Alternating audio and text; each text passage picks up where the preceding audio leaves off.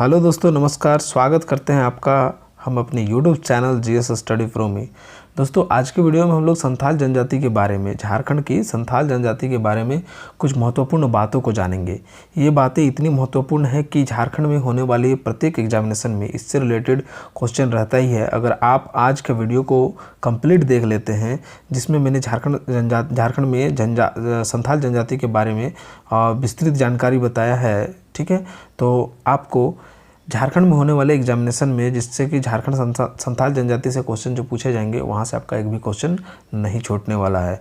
तो वीडियो को आखिर तक देखें और चैनल पर अगर आप नए हैं तो चैनल को सब्सक्राइब कर लीजिए, वीडियो को लाइक कर दीजिए। तो देखिए, संथाल जनजाति, ठीक है, संथाल जनजाति का जो है दोस्तों, आप लोग जानते होंगे कि झारखंड की यह सर्वाधिक जनसंख्या वाली जनजाति है। यहाँ पर थोड़ा सा मिट गया है, ठीक है, और ठीक से यहाँ पे फोटो नहीं आया, लेकिन यह लिखा हुआ है कि झारखंड की सर्वाधिक जनसंख्या वाली जनजाति है, ठीक है।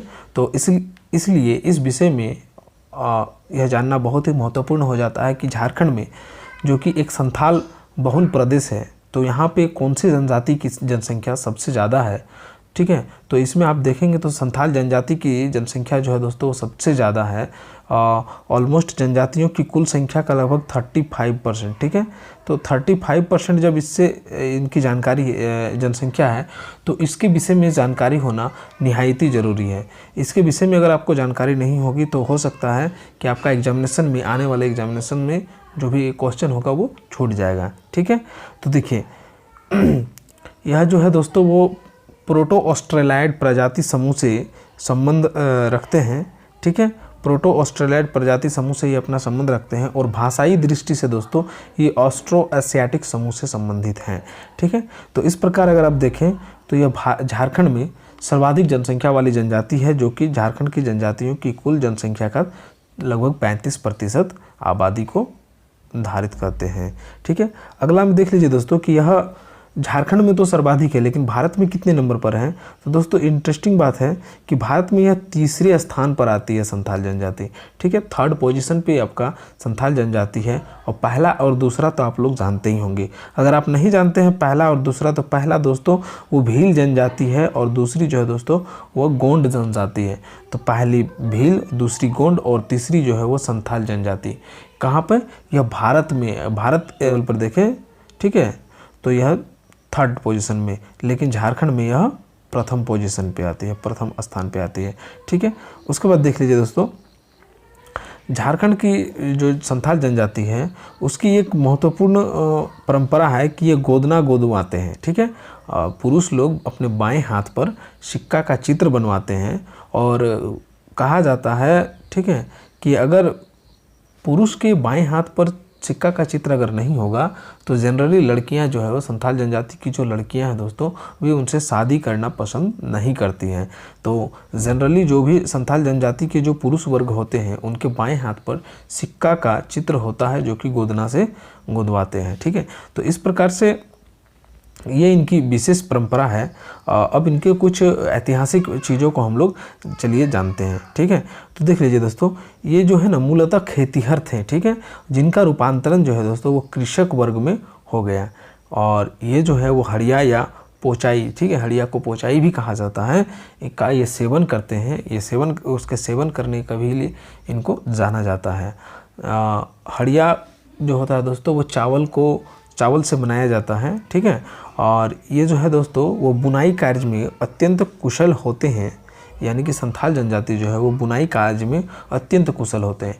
इसके साथ ही साथ ये चित्रकारी में भी अत्यंत निपुण होते हैं, यानी बुनाई कार्य और चित्रकारी कार्य में अत्यंत निपुण होते हैं, और इनको एक विशेष चित्रकला आती है, ठीक है, इनको एक विशेष चित्रकला आती है। और कई बार यह क्वेश्चन जो है दोस्तों वो झारखंड लेवल में पूछा जा चुका है। और विशेष चित्रकला जो है दोस्तों वो है कॉम कट चित्रकला, ठीक है, कॉम कट पेंटिंग।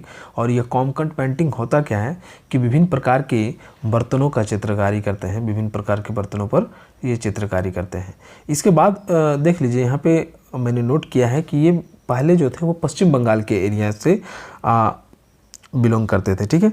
तो पश्चिम बंगाल से ये झारखंड आए, ठीक है। और पश्चिम बंगाल में इनको सावतार के नाम से जाना जाता था। कौन से नाम से जाना जाता था? ये वहाँ पे सावतार के नाम से जाने जाते हैं। ठीक है, और झारखंड के यह उत्तर पूर्वी क्षेत्र, ठीक है, उत्तर पूर्वी क्षेत्र दोस्तों, अगर आप लोग इस तरह से झारखंड का मैप को अगर इस तरह से मैं मोटा मोटी अगर बनाने का कोशिश करूं तो ये कुछ इस तरह का झारखंड का मैप बनेगा। तो ये तो नॉर्थ हो जाता है।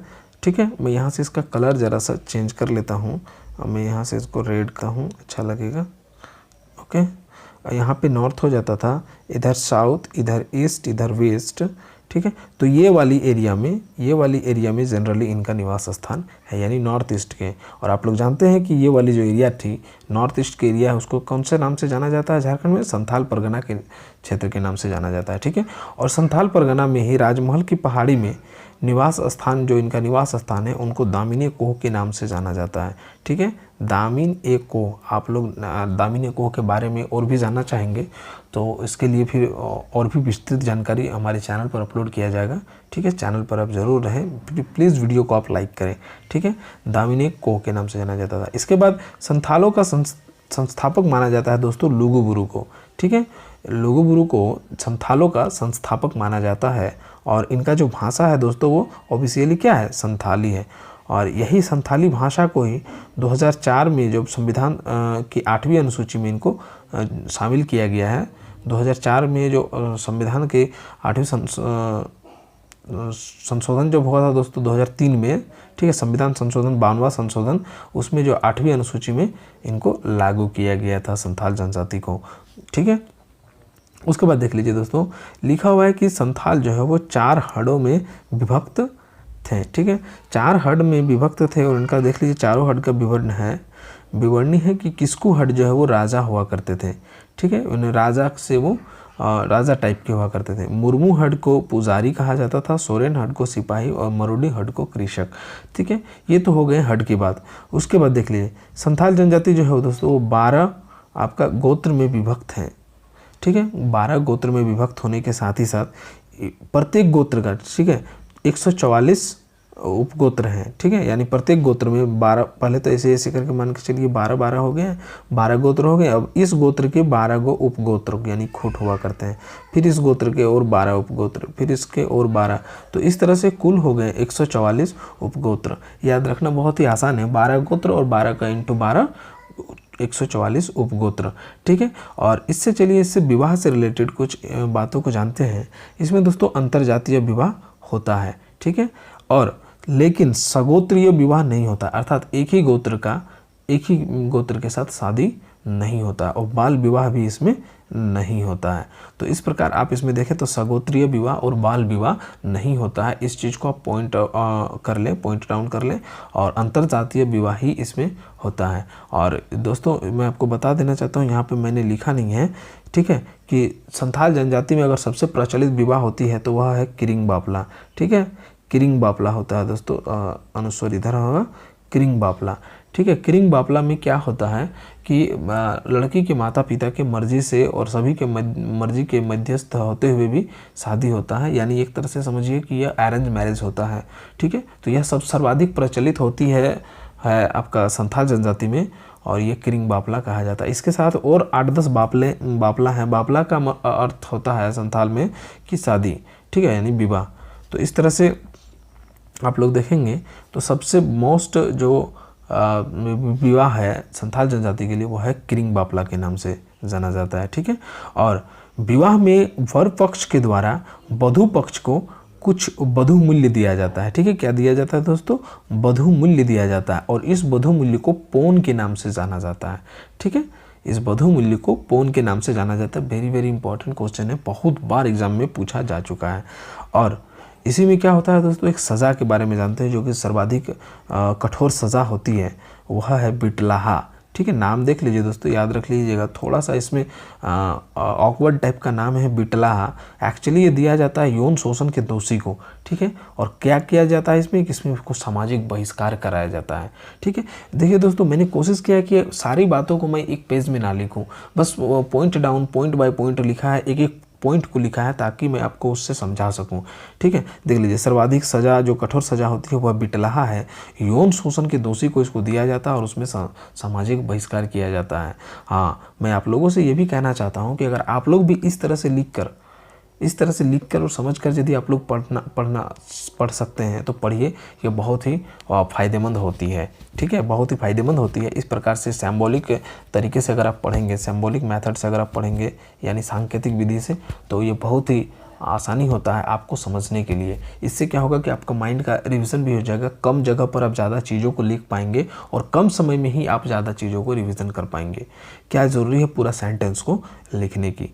ठीक है, देखिए आगे देखते हैं हम लोग। इसी में बिटलाहा तो हो गया आपका सामाजिक बहिष्कार, लेकिन इसमें एक और इंटरेस्टिंग बात है कि अगर जिनको यौन शोषण का दोषी करार दिया गया है और सामाजिक बहिष्कार किया गया है, बिटलाहा की उनको सज़ा दी गई है, वह अगर क्षमा याचना करते हैं और अगर जाति भोज देने पर राज़ी हो जाते हैं तो उनको जो है दोस्तों उस सज़ा का समाप्ति करने का भी प्रावधान संथाल जनजाति में है। यानी कि अगर यौन शोषण का दोषी है, सामाजिक बहिष्कार हो चुके हैं, बिटलाहा उनको सज़ा मिल चुकी है, तो उनको क्षमा याचना भी मिल सकती है अगर वो जाति भोज देंगे तो यह एक प्रकार से यह बहुत ही इंटरेस्टिंग बात है। इससे क्या होता है कि उनकी सामाजिकता में फूट नहीं पड़ती है, ये इसका पॉजिटिव पॉइंट है। ठीक है, किसी से अगर बाई चांस कोई गलती हो जाती है तो उनको फिर से अपना गलती सुधारने का मौका मिलता है। तो यह एक पॉजिटिव व्यू से हम लोग देखें तो ये बहुत ही अच्छी बात है। उसके बाद चलिए हम लोग देखते हैं उनसे रिलेटेड यानी संथाल जनजाति से रिलेटेड कुछ महत्वपूर्ण बातों को। ठीक है, महत्वपूर्ण बात कहने का मतलब है महत्वपूर्ण टॉपिक, महत्वपूर्ण वर्ड। ठीक है, जिसको जानना बहुत ज़रूरी है और अक्सर एग्जामिनेशन में ये पूछ दिया जाता है कि इसका संबंध संथाल जनजाति से किस चीज़ से है। फॉर एग्जांपल अभी आपका पूछ दिया था जैसे जेपीएससी का जो पीटी का एग्जामिनेशन हुआ था दोस्तों, और उसी में क्वेश्चन पूछ दिया था कि आपका धुमकुरिया जो है वो कौन सा नहीं ऐसा पूछा था कि उरांव जनजाति का जो युवागिरी है वो कौन से नाम से जाना जाता है। तो उसमें ऑप्शन में था धुमकुरिया और धुमकुरिया को ऑप्शन टिक आउट किया गया था। उसी प्रकार से देख लीजिए संथाल जनजाति के लिए युवागिरी जो होता है दोस्तों वह कौन से नाम से जाना जाता है, वो घोटुल के नाम से जाना जाता है। मैं इसको थोड़ा सा जूम इन कर लेता हूँ। ये थोड़ा सा जूम होने से अच्छा लगेगा। अभी देख लीजिए युवागिरी को कौन से नाम से जाना जाता है, संथाल जनजाति में उसको घोटुल के नाम से जाना जाता है। विवाह को बापला के नाम से जाना जाता है जैसा मैंने अभी आपको बताया, और किरिंग बापला सर्वाधिक प्रचलित बापला में किया जाता है। बधु मूल्य को पोन के नाम से जाना जाता है, अभी मैंने इसके बारे में भी बताया और बहुत ही इम्पोर्टेंट बात है। उसके बाद गांव, जो संथाल जनजाति में जो गांव होता है दोस्तों आतो के नाम से जाना जाता है, और ग्राम का जो प्रधान होता है उनको मांझी। ठीक है, आप जानते हैं जब माझी परगना शासन व्यवस्था पढ़ेंगे तो उसमें भी इनका पूरा संथाल के जनजाति का भी व्यवस्था के बारे में, जो शासन व्यवस्था उसके बारे में बताया जाएगा। वहाँ से भी मैंने कुछ टॉपिक को लिया हुआ है। ठीक है, तो माझी कहलाता था और यह गांव के शासन व्यवस्था के संचालन हेतु उत्तरदायित्व होता है। उत्तरदायित्व होने के साथ साथ इनके पास अधिकार होता है, विशेष अधिकार होता है कि गाँव के प्रशासनिक न्यायिक अधिकार को इनको प्राप्त करने का इनके पास अधिकार होता है। यानी इनके पास प्रशासनिक न्यायिक अधिकार प्राप्त होते हैं इनको किनको, ग्राम प्रधान जिनको माझी के नाम से जाना जाता है, और ये लगान वसूली करने से लेकर के विवाह करने तक का अधिकार रखते हैं। ठीक है, अगला देख लीजिए दोस्तों, इसी का जो है एक उपग्राम प्रधान होता है। एक उपग्राम प्रधान होता है जिसको प्राणिक या प्रामाणिक के नाम से जाना जाता है, और मांझी की अनुपस्थिति में यह उनके कार्यों का संचालन करते हैं और इसीलिए इसको उप मांझी भी कहा जाता है। और इसके बाद देख लीजिए, बिल्कुल आप इसमें कंफ्यूज नहीं होइएगा कि उपग्राम प्रधान और मांझी का सहायक। देख लीजिए, अभी मैंने मांझी का सहायक के बारे में बताऊंगा। मांझी का सहायक दोस्तों जोग मांझी कहलाता है और जन्म विवाह संबंधी मामलों में महत्वपूर्ण सलाह या विवाह संबंधी मामलों को सुलझाने का यह काम करते हैं। ठीक है, अगला दोस्तों, गांव का संदेशवाहक गुड़ैत हुआ करता था। गांव के संदेशवाहक को गुड़ायत के नाम से जाना जाता था या गुड़ाइत कहा जाता था, और यह मांझी के सचिव के जैसा काम करते हैं और गांव के परिवारों से सूचना को एकत्र करने का भी काम इनको होता है। साथ ही साथ ये जो है कोई भी सार्वजनिक जगह पर सबको इकट्ठा करने का कार्य भी करते हैं। तो इस प्रकार से गांव का संदेशवाहक का संथाल जनजाति में गुड़ैत कहा जाता है। उसके बाद एक जगह होता है मांझी थान, जो कि है गांव की पंचायत को बैठने का जगह होता था, और इसमें जो है दोस्तों महिलाओं का जाना वर्जित होता था, यानी महिलाएं यहाँ नहीं जा सकती थी। और मांझी थान में क्या होता है कि गांव की पंचायत होती थी। ठीक है, और संथाल जनजाति के द्वारा जो माह होता है यानी महीना होता है उनको बोंगा के नाम से जाना जाता है। और इसमें वर्ष का जो शुरुआत माना जाता है दोस्तों वो माघ बोंगा से माना जाता है।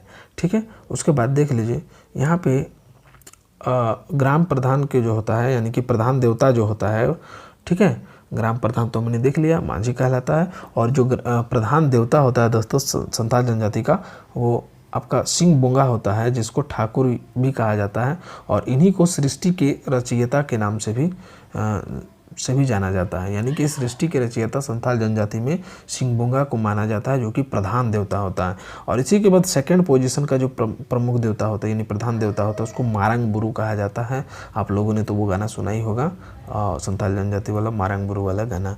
ठीक है, उसके बाद देख लीजिए दोस्तों, कहा गया है कि ग्राम प्रधान का जो देवता होता था, ठीक है, ग्राम प्रधान ग्राम देवता जो होता था, ठीक है, गांव का जो प्रधान होता था उसको जाहिर एरा कहा जाता था। और इनका निवास स्थान दोस्तों जाहिर थान कहलाता था। आज भी हर जगह जाहिर थान है, जानते हैं आप लोग। और सखुआ और महुआ पेड़ों के बीच में जो भी होता था, सखुआ हो या महुआ पेड़ का झुरमुट के बीच में इनका निवास स्थान होता था, इसका प्रधान ग्राम देवता का, जाहिर एरा का। ठीक है, और गृह देवता जो दोस्तों इनका होता है उनका होता है ओड़ाक बोंगा।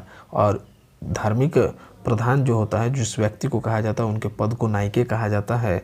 और जादू टोना करने में संथाल स्त्रियां जो है दोस्तों वो विशेषज्ञ मानी जाती है। अर्थात जादू टोना करने जैसी अवधारणा जो है वो संथाल जनजाति में व्याप्त है और इसमें जो है वो संथाल स्त्रियां विशेषज्ञ मानी जाती है। संथाल जनजाति में ही दोस्तों एक और बात है कि इसमें शव को जो है यानी जो भी मर जाते हैं यजने के बाद उनका जो शव होता है दोस्तों उनको जलाने और दफनाने दोनों प्रकार की प्रथा जो है दोस्तों प्रचलित है। यानी कि शव को जलाया भी जा सकता है और दफनाया भी जा सकता है, इसमें किसी प्रकार का कोई बॉन्डिंग नहीं है। तो इस प्रकार से हमने कोशिश किया कि आपको झारखंड में जो संथाल जनजाति है उससे संबंधित कुछ ऐसी बातों को रख दूं, सिर्फ ऐसी बातें का रख दूं जो झारखंड में आने वाले एग्जामिनेशन के लिहाज से इम्पोर्टेंट हो। और उसको अगर आप पढ़ लें तो आपका एक बार में ही सारा रिवीजन हो जाए। ये 14-15 मिनट का वीडियो मैंने इसलिए बनाया ताकि आपको झारखंड में संथाल जनजाति के विषय में जानकारी उपलब्ध हो सके। तो चलिए इसी तरह से मिलते हैं एक और नए वीडियो के साथ, तब तक के लिए फिर से आपको नमस्कार।